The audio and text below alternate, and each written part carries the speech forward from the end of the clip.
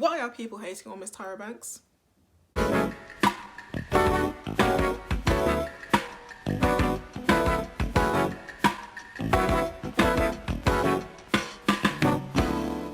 Now, I don't know what it is.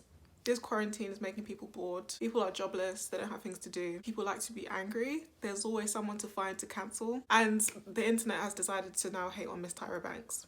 Now, everyone knows all about this show. This is literally, to this day, the biggest modelling reality show of all time. Of all time! Of all time. I actually grew up watching this show. I was a massive fan of America's Next Top Model. I used to wait every single week for each episode.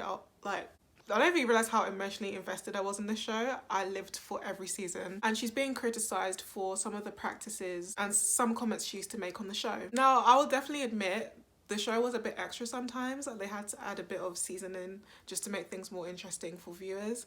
It's a reality show. They have to make things entertaining. So people are particularly getting onto her for when she told a black girl on the show who had a gap tooth to get her gap closed. Oh, Danielle, you went to the dentist, but you refused to have your gap closed. Do you really think you can have a CoverGirl contract with a gap in your mouth?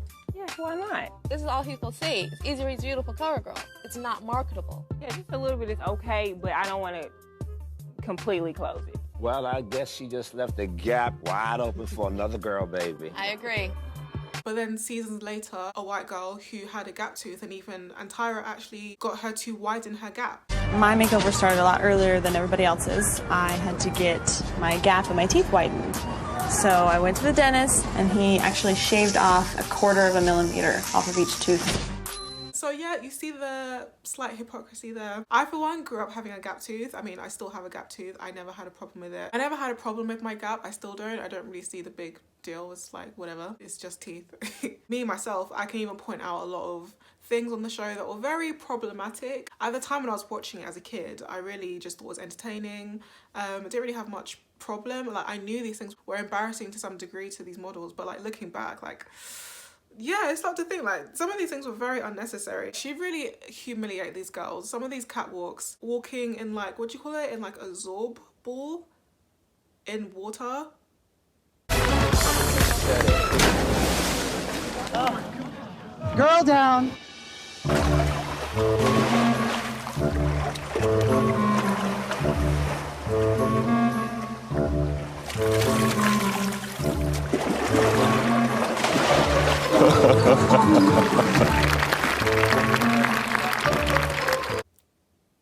There was even an episode featuring blackface. All you girls.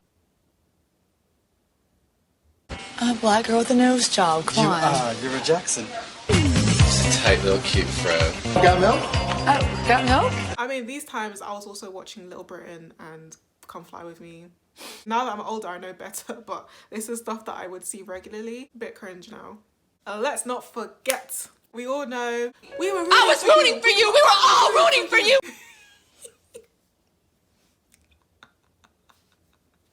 I'm sorry, that's still funny to this day. The memes that have come out from that. I will definitely admit that there were a lot of problematic things with that show. Hindsight is 2020, right? I think people are forgetting we're so used to being accommodated for in today's age. Right now, being plus size is cool. Being quirky is cool, having a different kind of look is cool, and having like a very weird, odd feature about yourself is cool as well. Even having like certain body deformities is cool as well. That wasn't the case 10, 20 years ago, 30 years ago. Definitely not in like Naomi Campbell's time. The body type for a model was definitely slim, tall, no curves. That was it. If that wasn't you, you're no chance of being a model. Even when Tyra was coming up, she faced a lot of crap. Her weight was a big problem for her. She had a big booty. I have one thing to say to you. Kiss my fat ass. Right now, big booties are in. So do you see how the tables have kind of turned? We're looking at it from today's lens, but back then, the fashion industry was different. I feel like Tyra was definitely giving advice based on her own life experience. The whole purpose of the show was to help aspiring models.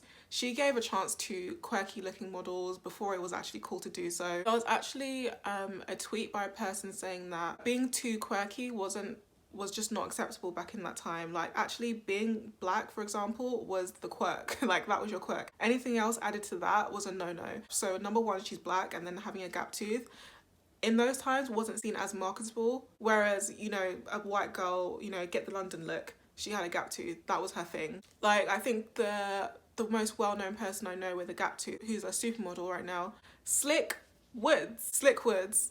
I love this woman. Like, I just vibe with her. Like, you know, you just see someone and you just know that's my kind of person. I love her. She is gorgeous. She's beautiful. She embraces her gap tooth. She embraces her quirks, and I love it. Winnie Harlow comes to mind. She has a skin condition called vitiligo. 20 years ago, I don't think you'd ever see someone like her on the cover of a magazine or walking down the catwalk. Right now, she's celebrated for her skin condition, and I think she's beautiful with or without skin condition. Yaya DaCosta is another one who's made it from the show. However, I will say, what did rub me up the wrong way when I was a kid, I even knew back then that this was problematic. She was actually very Afrocentric and very proud to be Afrocentric in a time where it wasn't really cool, and you're definitely looked at for being different and not in a good way if you're proud of that. Just take a look at this. Going for the typical African hat. Yaya, I feel half African, half cowgirl. Looks like you're about to ride a giraffe. I think I'm not feeling it. You have this intensity to prove your sort of Africanness, and I think that sometimes it's overbearing. It's just too much. It's sort of a layer on top of a layer. In response to trying to prove myself as an African, that's just where I come from. It's very natural to me.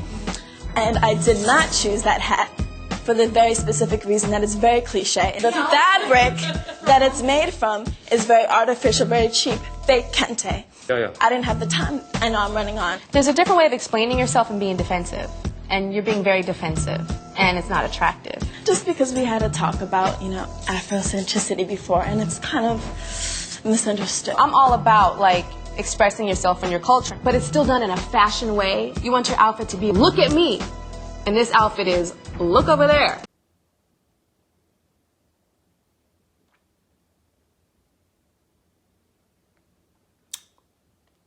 What the hell was that? Even Tyra was giving her the side eye, but she didn't say anything. She actually criticized Yaya. I can just imagine that Tyra knew that this was wrong, but to fit in, you had to abide by these norms and these restrictions. I'm so glad that now we are not thinking this way. We are more open-minded, we're more inclusive. Beauty is now shown in different forms, different sizes. A lot of the losers on the show, I shouldn't say losers, the girls that didn't win have come out to complain about Tyra, complain about the production of the show. Many girls have come out to say that the show impacted their mental health, did absolutely nothing for their career. Their stories are very valid and they have every right to speak out. I'm sure there's enough people in the industry that don't like Tyra Banks, but that's what happens when you get a successful black woman, I'm just saying. Context is very important. At the end of the day, it was a reality show. Reality shows are not in fact a reality. They're dramatized, they're meant to be entertaining, and it's a modeling reality show. So we already know the modeling industry is very cutthroat. You have to have a thick skin, and then reality show on top of that. You can just imagine how intense that was. Let's not get it twisted, okay? Tyra Banks has done a lot for the fashion world, a lot for the modeling world, and just a lot for women worldwide. She went from being a supermodel to a businesswoman to a mogul. She's had her own talk show. I love that show, by the way. Like, that show was the best thing. I was so sad when that show was cancelled. She was an actress. She also inspired many other shows. Like, let's not get it twisted. RuPaul's Drag Race definitely took inspiration from her show. We also have Britain's Got Talent.